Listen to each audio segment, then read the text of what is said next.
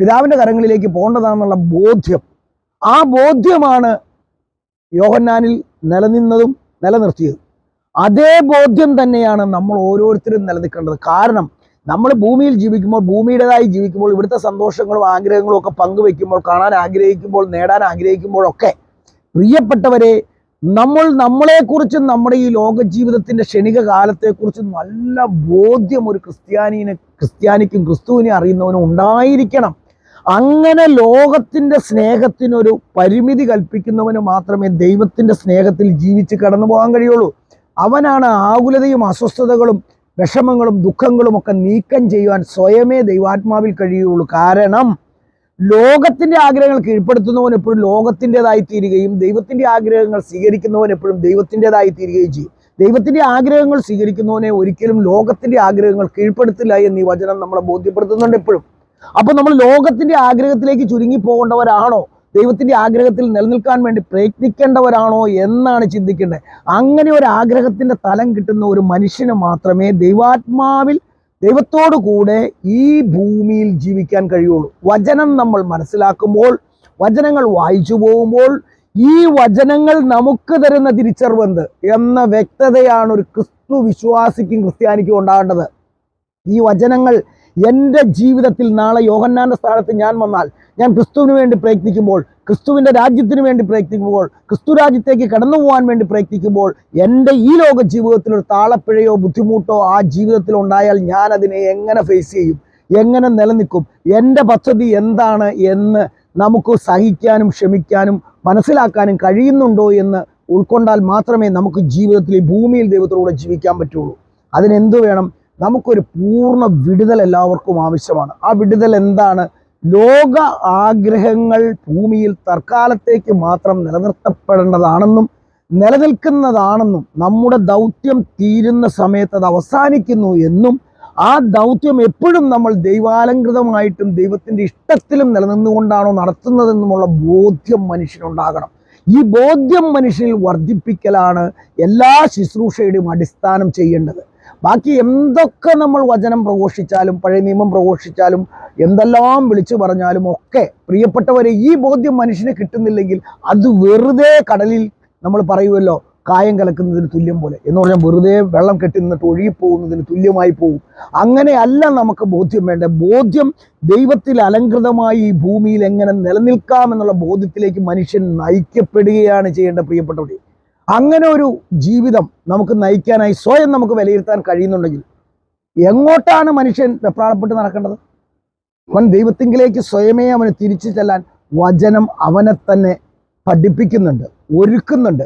വചനം പരിശുദ്ധാത്മാവിലൂടെ ദർശിക്കാൻ അവന് കഴിയണമെങ്കിൽ ഭൂമിയിൽ ഞാൻ ഈ പറഞ്ഞ യോഹന്നാന്റെ സുവിശേഷത്തിൽ യോഹന്നാൻ എന്ത് ചെയ്തു, യേശുക്രിസ്തു എന്താണ് ഇവിടെ ആഗ്രഹിച്ചത്, എന്താണ് ചെയ്തത്, എങ്ങനെയാണ് ലോകത്തെ കണ്ടത്, ഇത് നമുക്കും കാണാൻ കഴിയണം പ്രിയപ്പെട്ടവരെ. നമ്മൾ അങ്ങനെ ഒരു ലോക കാഴ്ചയിലേക്ക് തിരിച്ചു വന്നാൽ മാത്രമേ നമ്മൾ ഭൂമിയിൽ എന്തോരം വചനം കേട്ടാലും, എന്തോരം വചനം ശ്രവിച്ചാലും, എന്തോരം ധ്യാനങ്ങൾ കൂടിയാലും പ്രയോജനമുള്ളൂ. ഇങ്ങനെ ജീവിക്കുന്ന ഒരു വ്യക്തിക്ക് എല്ലാം വളരെ കുറച്ചു മതി ലോകത്തിലുള്ള കാര്യങ്ങൾ. അവൻ ദൈവത്തിൽ അലങ്കൃതമായ ഒരു ജീവിതത്തിന് ആഗ്രഹിക്കുകയും അതിനനുസരിച്ച് വചനം പഠിക്കുകയും വചനം ആ രീതിയിൽ അവൻ ഉൾക്കൊള്ളുകയും ചെയ്താൽ അവൻ്റെ ജീവിതം സുഖകരമായിരിക്കും. അവൻ എപ്പോഴും അസ്വസ്ഥപ്പെടുന്നവനും അലവൃതപ്പെടുന്നവനുമായി ലോകത്തിൽ ജീവിക്കേണ്ടതായി വരുന്നത് എപ്പോഴും അവൻ ലോകത്തിൻ്റെതായി മാറുന്നു എന്നുള്ളതാണ്. ലോകത്തിൻ്റെതായി മാറുന്ന അവസ്ഥയിൽ നിന്ന് തിരിച്ചു വരാൻ കഴിയുന്നവന് മാത്രമേ ദൈവാലങ്കൃതമായ ഒരു ജീവിതവും ഒരു ജീവിത യാത്രയുമുള്ളൂ. അവന് മാത്രമേ ആകുലതയും അസ്വസ്ഥതയും ടെൻഷനുകളും ഒക്കെ ഒഴിവാക്കാൻ കഴിയുകയുള്ളൂ. ജീവിത നിലവാരത്തിൽ നമ്മൾ എപ്പോഴും നോക്കുമ്പോൾ ഈ രണ്ട് വചനം ഒരു ക്രിസ്ത്യാനിക്ക് മുറുകെ പിടിക്കാൻ പറ്റും. ക്രിസ്തു ഒളിച്ചോടുകയാണ് ചെയ്തത്, ഒരിക്കലും ഒളിച്ചോടുകയല്ല ചെയ്തത്. ക്രിസ്തുവിൻ്റെ അടുത്ത ദൗത്യം അവിടെ ആരംഭിക്കുകയാണെന്ന് ക്രിസ്തുവിനറിയാം. അതിൻ്റെ പേരിൽ യോഹന്നാൻ എന്തെങ്കിലും പരിഭവം ക്രിസ്തുവിനോടുണ്ടെന്ന് ഒരിക്കലുമില്ല. കാരണം യോഹന്നാൻ എന്താണെന്ന്, യോഹന്നാൻ എന്ത് ചെയ്യാൻ പോകുന്നു എന്ന മുൻകൂട്ടിയുള്ള തിരിച്ചറിവ് യോഹന്നാന് കിട്ടിയിട്ടുണ്ടായിരുന്നു. ഈ തിരിച്ചറിവ് നമുക്കൊക്കെ ഉണ്ട് പ്രിയപ്പെട്ടവർ. നമ്മളത് ശ്രവിക്കുന്നില്ല, നമ്മൾ അതിനുവേണ്ടി തയ്യാറെടുക്കുന്നില്ല, നമ്മൾ അതിനുവേണ്ടി കഷ്ടപ്പെടുന്നില്ല. നമുക്ക് തിരിച്ചറിവൊന്നും ആവശ്യമില്ല, നിലനിൽപ്പ് മാത്രമേ ആവശ്യമുള്ളൂ. ഇവിടുത്തെ നിലനിൽപ്പ് ഒരു കാലത്തും കടന്നു പോകാത്ത ഭൂമിയാണെന്ന ചിന്തയിൽ നമ്മൾ ഇന്നിവിടെ നിലനിൽക്കുകയാണ്. നമ്മുടെ കുടുംബം, നമ്മുടെ മക്കള്, നമ്മുടെ സമ്പത്ത്, നമ്മുടെ ബിസിനസ്സുകൾ, ഇതൊന്നും വേണ്ട എന്നല്ല പറയുന്നത്. ഇതെല്ലാം ദൈവ അലങ്കൃതമാക്കണം, ദൈവത്തിൻ്റെ ഇഷ്ടത്തിലാക്കണം, ദൈവത്തിൻ്റെ ആഗ്രഹങ്ങളെ മുൻനിർത്തിക്കൊണ്ടാകണം. ദൈവം ആഗ്രഹിക്കുന്ന രീതിയിലാകണം. അങ്ങനെയുള്ള ആഗ്രഹത്തിന് മാത്രം പ്രാതിനിധ്യം കൊടുക്കാൻ ഒരുക്കാനായി പരിശുദ്ധാത്മാവിനോട് പ്രാർത്ഥിക്കുകയും ഇങ്ങനെയുള്ള വചനങ്ങൾ നമ്മുടെ മനസ്സിലേക്ക് കിട്ടുമ്പോൾ യോഹന്നാന് കിട്ടിയ തിരിച്ചറിവ് ഞങ്ങൾക്കും തന്ന് സഹായിക്കണമേ. ക്രിസ്തു എന്തിൻ്റെ പൂർത്തീകരണത്തിന് ഭൂമിയിലേക്ക് കടന്നു വന്നു എന്നുള്ള ബോധ്യം ഞങ്ങളിൽ ഉൾക്കൊള്ളാനുള്ള കൃപ തരണമേ കർത്താവേ എന്നും പറഞ്ഞുകൊണ്ട് ഹൃദയത്തിനകത്ത് നിന്ന് പ്രാർത്ഥിക്കാൻ കഴിയുന്നവൻ. അതിനാണ് പറയുന്ന മത്തായിയുടെ സുവിശേഷത്തിൽ നിങ്ങൾ പ്രാർത്ഥിക്കുമ്പോൾ കഥകട്ടച്ച് റൂമിലിരുന്ന് സ്വസ്ഥരായി പ്രാർത്ഥിക്കാൻ പറയുന്നുണ്ട്. അത് പറഞ്ഞ ഇങ്ങനെയുള്ള തിരിച്ചറിവുകൾ കടന്നു വരാൻ വചനം വെച്ച് വചനത്തിൻ്റെ അടിസ്ഥാനത്തിൽ ഇങ്ങനെ തിരിച്ചറിവിന് വേണ്ടി പ്രാർത്ഥിച്ചു നോക്കിക്കേ. നിങ്ങൾ ഒരല്ലലും അലസതയും ഇല്ലാതെ വളരെ സൈലൻ്റായ അവസ്ഥയിൽ ദൈവത്തിൻ്റെ ആത്മാവ് നിങ്ങളോട് സംസാരിക്കുമെന്ന് മാത്രമല്ല പരിശുദ്ധാത്മാവ് നിങ്ങളോട് വെളിപ്പെടുത്തൽ നടത്തും. പക്ഷേ അതിന് പറ്റുന്ന ഒരുക്കത്തിൽ ഇരുന്നിട്ട് നല്ല രീതിയിൽ പ്രാർത്ഥിക്കണം. ഒരു ദിവസം കാലത്ത് എണീറ്റ് മുറി കയറി നിന്ന് പ്രാർത്ഥിച്ചു എനിക്ക് വെളിപ്പെടുത്തൽ കിട്ടിയെന്ന് തോന്നിവാസം പറഞ്ഞ നൂറുകണക്കിന് ആൾക്കാരുണ്ട്, കണ്ട പൊട്ടത്തരെല്ലാം വിളിച്ചു പറയുന്നവർ. ഇതെല്ലാം കേൾക്കേണ്ട അവസ്ഥ നമുക്കുണ്ടാകാറുണ്ട്. അങ്ങനെയൊന്നും കിട്ടുന്ന സാധനമല്ല കേട്ടോ പ്രിയപ്പെട്ടവരെ. ഞാനിങ്ങനെ പറഞ്ഞാലും അത്ര സിമ്പിളല്ല.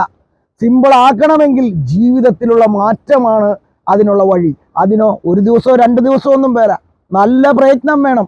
ദൈവം ആഗ്രഹിക്കുന്ന തലത്തിൽ നമ്മൾ എത്തിയോന്ന് സ്വർഗം നമുക്ക് വെളിപ്പെടുത്തി തരുന്ന ഒരു ജീവിതം നമുക്ക് നയിക്കാൻ കഴിയുന്നുണ്ടോ എന്ന് നമ്മൾ വിലയിരുത്തുമ്പോഴാണ് ഈ സാധനം കടന്നു വരുന്നത്. ഇതിന് കുറച്ച് പണിയുണ്ട്.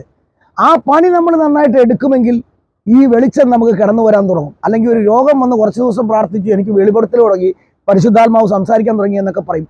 ഇതുവരെ വരുന്ന നമ്മുടെ ജീവിതത്തിൻ്റെ കണക്കുകൂട്ടൽ, നമ്മൾ ഈ ലോകത്ത് ജീവിച്ചതെല്ലാം ക്രോഡീകരിച്ചതിന് ശേഷം അതിൽ നിന്നൊരു ശുദ്ധീകരണവും കൂടി കണ്ടെത്തിയിട്ടാണ് പ്രിയപ്പെട്ടവരെ നമ്മുടെ പ്രാർത്ഥനകൾ ഉയരാൻ തുടങ്ങുന്നത് സ്വർഗത്തിൻ്റെ തലത്തിലേക്ക്. അപ്പോൾ അതിന് കാലദൈർഘ്യങ്ങൾ ചിലതിൽ സംഭവിക്കും, ചില താമസങ്ങൾ സംഭവിക്കും.